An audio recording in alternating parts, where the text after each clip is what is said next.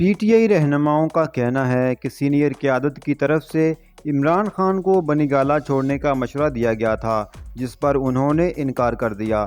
دوسری طرف وزارت داخلہ نے بنی گالہ جانے والے تمام راستوں اور شہر اقتدار کی سیکیورٹی الرٹ کر دی ہے۔ اس کے ساتھ ساتھ تمام داخلی و خارجی راستوں پر نظر رکھے ہوئے ہیں۔ پی ٹی آئی رہنما حماد اظہر نے کہا ہے کہ بزدلوں نے عمران خان کو فجر کے وقت گرفتار کرنے کا منصوبہ بنایا ہے، جبکہ عوام کسی اور موڈ میں ہیں۔ ممکنہ گرفتاری کے پیش نظر عوام سڑکوں پر نکل آئے۔ بنی گالہ میں پی ٹی آئی کی قیادت سمیت کارکنان بھی موجود ہیں۔ پی ٹی آئی رہنماؤں نے میڈیا خبروں کی تردید کرتے ہوئے کہا کہ عمران خان اس وقت بنی گالہ میں موجود ہیں اور فیک نیوز صرف پروپیگنڈا ہیں۔